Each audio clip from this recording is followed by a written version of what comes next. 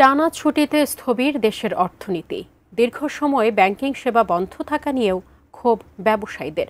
অর্থনীতিবিদরা বলছেন, দেশের প্রবৃদ্ধি যখন নিম্নমুখী তখন এমন ছুটি অর্থনীতির জন্য ক্ষতিকর। মাহাদি সেকেন্দারের রিপোর্ট। ঈদুল আজহা ঘিরে টানা 10 দিনের ছুটি। ব্যস্ততম ঢাকা ঈদের ছুটির নবম দিনেও অচেনা রূপে। নগরীর ব্যস্ততম সড়ক যেমন ফাঁকা, তেমনি বন্ধ অধিকাংশ ব্যবসা প্রতিষ্ঠান, বন্ধ ফুটপাতের দোকানও। রাজধানীর গুলশানে খোলা কয়েকটি বিপণী বিতান, যেখানে অলস সময় পার করছেন বিক্রেতারা।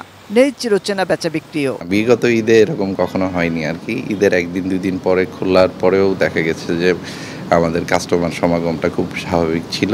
সরকার যখন এমন ছুটির সিদ্ধান্ত নিয়েছে, তখন মূল্যস্ফীতির চাপে দেশ, সাথে নিম্নমুখী প্রবৃদ্ধি, ব্যবসা বাণিজ্যেও মন্থর গতি। স্বাস্থ্যকর অল টাইম ফ্যামিলি কেক, সব সময় অল টাইম হেলদি লাইফ। স্বাভাবিকভাবে একদিন বন্ধ থাকলে দেশে প্রায় 12,000 কোটি টাকার ক্ষতি হয়, আর 10 দিনে তা 10 গুণ ছাড়িয়ে। যেখানে উৎপাদনশীল শিল্পে ক্ষতি সবচেয়ে বেশি। পোশাক খাত সংশ্লিষ্টরা বলছেন, টানা ছুটিতে উৎপাদন বন্ধ থাকায় বাড়বে উৎপাদন খরচ। এই কস্ট আমাকে ওভারকাম করার জন্য আমাকে ওভারটাইম করতে হবে, আমাকে তাকে এক্সট্রা পে করতে হবে।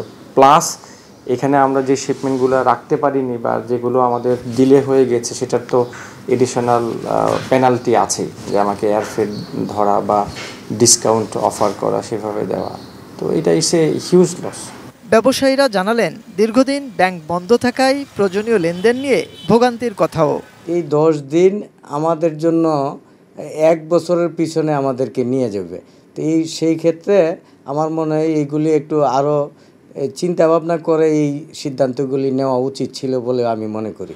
অর্থনীতিবিদরা বলছেন, দীর্ঘ ছুটির সিদ্ধান্তে অর্থনীতির স্বার্থকে উপেক্ষা করেছে সরকার। সামগ্রিকভাবে ব্যবসা বাণিজ্যের কথা চিন্তা করেন, সেটাও কিন্তু স্থবির হয়ে গিয়েছে, এবং তার মধ্যে হচ্ছে একটা কস্ট বার্ডেন কিন্তু ব্যবসায়ীদের উপর পড়বে। প্রবৃদ্ধির সংকোচনের মধ্যে এমন ধরনের ছুটি কোনো মতেই কাম্য নয়। টানা ছুটি উন্নয়নশীল দেশগুলোর অর্থনীতির জন্য নেতিবাচক বলেও মত তার।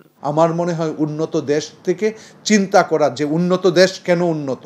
মাহাদি সেকেন্দার, এটিএন নিউজ, ঢাকা।